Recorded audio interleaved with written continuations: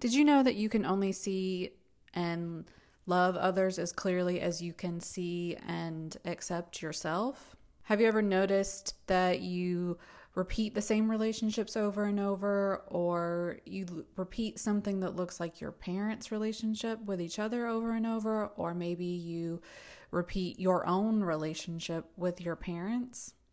What I'm talking about today, it accounts for a large amount of the fights and the conflict that go on between two people, and it accounts for like a history of some troubled relationships.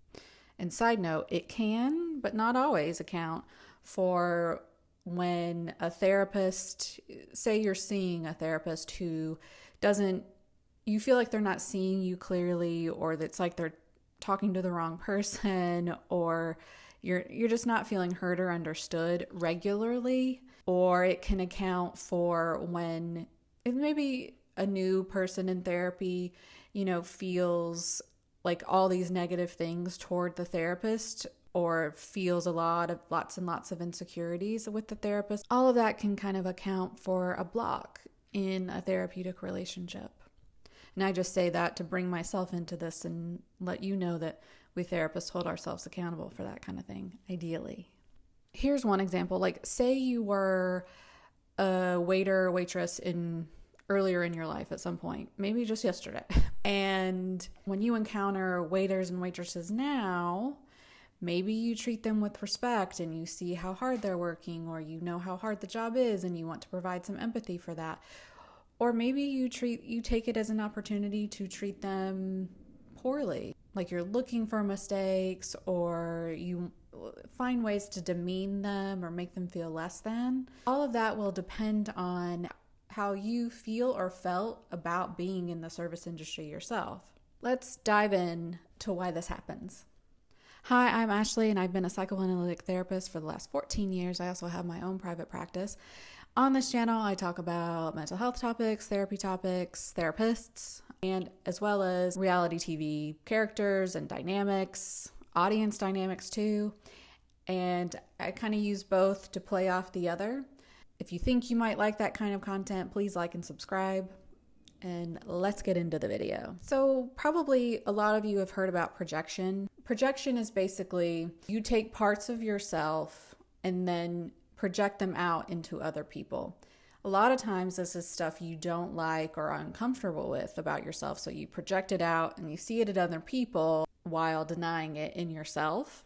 This can be for both good and bad things. Like, it could be something positive, like how smart you are, but you project that out and see other people as smart and you negate your own intelligence. Or it can be something negative, like you know that you talk a lot, but you find that and critique that in other people and sort of don't realize you're doing the same thing and you're not taking accountability for that. Both in your life, in your relationships, work, you need a clearer lens.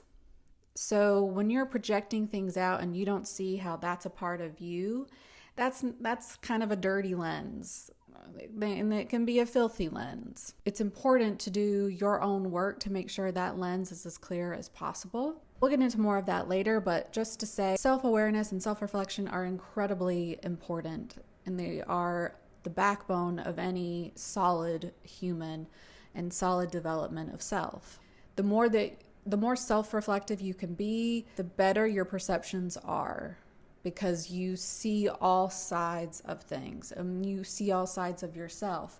Then you can see all sides of other people. Someone who isn't very self-reflective, you'll regularly see them be upset with someone for something they are doing in the moment even, or have been known to do a lot. Think about how you or someone you might have grown up with, parents who taught you to not need them. They got frustrated when you had big emotions, which all kids do, or they told you to figure things out on your own or get it together without much help from them. Or they were so preoccupied in their own lives that they weren't available for your needs. Over time, the more you begin to understand that you've been repressing your needs or healthy dependence on someone, you begin to embrace that desire. And then you're able to empathize more with yourself and with others' neediness rather than judge it. Maybe you even begin to admire others who can express it freely. As a psychoanalytic therapist, I'm of the belief that our perceptions of others are never just about them. Our perceptions are filtered through the unconscious parts of ourselves that we haven't fully understood yet. The less you're able to own about yourself, the less you're able to acknowledge about yourself and accept about yourself. You don't have to love it per se, but we all have good and bad parts. And the more that we can embrace all of that in ourselves and find a way over time to be at peace with it, the fewer distortions you're going to make about other people. What we don't accept in ourselves, we will project into other people and deal with it there. For example, for me, I used to see others as highly critical of me even when they weren't being critical at all. My lens was so fuzzy that you could be giving me a compliment, all I'd hear was the criticism in it. Honestly, it was very impressive on my part when you think about it. What was I not accepting about myself? Well, that I was highly critical of myself at all times and that it came from my family.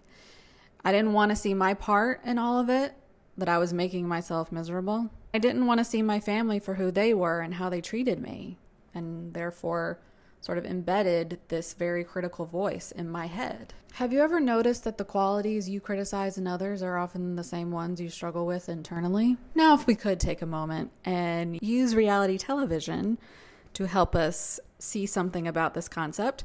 If you're at all familiar with Real Housewives universe, maybe you're familiar with Teresa Giudice, who is on the Real Housewives of New Jersey. Teresa has been a thorn in my side for years and years and years. She reminds me of my aunt, to be honest, to be quite frank.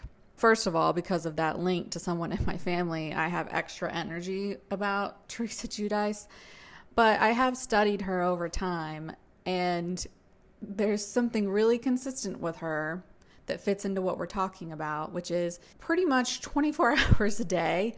She's either she's telling you what you shouldn't do and seems blind to the fact that that's something she does all the time, or she's saying something you should do and seems completely unaware that she never does that thing. She'll attack you for these things and deny for herself.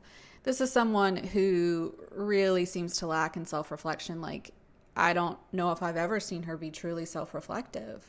I think her parents were scary and critical, and so she learned to project everything out that she couldn't tolerate about herself, or that her parents couldn't tolerate about her. It was her way of coping and trying to be the daughter that she thought she needed to be. It wasn't safe at all to be herself. A growing awareness and subsequent ease in relationships comes with year in, year out work on yourself. The more you see in yourself, the more you can see whether something similar exists in someone else or not. And the more you can accept about yourself, the more you can accept in others and find yourself being kinder and more empathic both to them and to yourself. So for self-reflection, if you're not in therapy, journaling is the number one way to do that. Journaling requires you to sit and be with yourself and take a moment to think. And sometimes it's really helpful, the writing itself, or typing if you want, because it helps distract your mind a little bit, and you'd be surprised at what comes out just in the process of that. But if you can be honest, try to be more and more honest with yourself in that space, in the journaling space. I think you'll start to see more and more about yourself, and you'll start to be more comfortable with what you notice your patterns are. When does this get triggered? This annoys me, that annoys me. This makes me happy, that makes me happy. This is when I act like this. This is when I act like that. The more that you know about yourself and understand about yourself and where it came from in you, you'll actually end up feeling like you have more options in front of you as far as how to behave, both with yourself and with other people. You'll have more peace, which helps you think more. And so you'll be better equipped to think when you're in the midst of an argument or a conflict with someone. Of course, I'm going to say therapy is the best. But it's true. It's something really, really useful about sitting with someone, listening to you and reflecting you back to you, especially if you didn't have parents that helped you do that and helped you accept more of yourself. A therapist ideally is going to hear all parts of you and help you be more at peace with all of it. The point of therapy is not to make these parts of you go away. It's to feel more at peace with them. Any kind of therapy will do, but just as long as it's one where there's a lot of space for you to very deeply examine yourself and your therapist is willing to go on that journey with you and be right there with you. If you do go on the journaling adventure, here's some thoughts about some prompts you could start with. What do I criticize in others that I also know that I don't like in myself? If you find yourself in conflict with anyone, look into the situation and see everything that led up to it for you, everything going on for you that led to that scenario, anything that might relate from just the previous week, anything that might have led to that situation being the way it was. This will help clear your lens for how you're seeing the relationship. In summary, we can only love and respect others and understand them to the degree that we can do that for ourselves and to the degree that we can own our own truths. I promise you're not as bad as you think you are, and you're more like other people than you think you are. Again, this is why self-reflection is so important and helps with that projection. If you can engage more deeply with yourself, your whole world can change. I'm telling you, your whole world will open up because it's like you're seeing clearly as opposed to like a very narrow vision. What do you guys think? Have you noticed this pattern in your own life? Share your thoughts below and don't forget to subscribe for more videos like this and how our inner worlds shape how we see ourselves and others. Bye.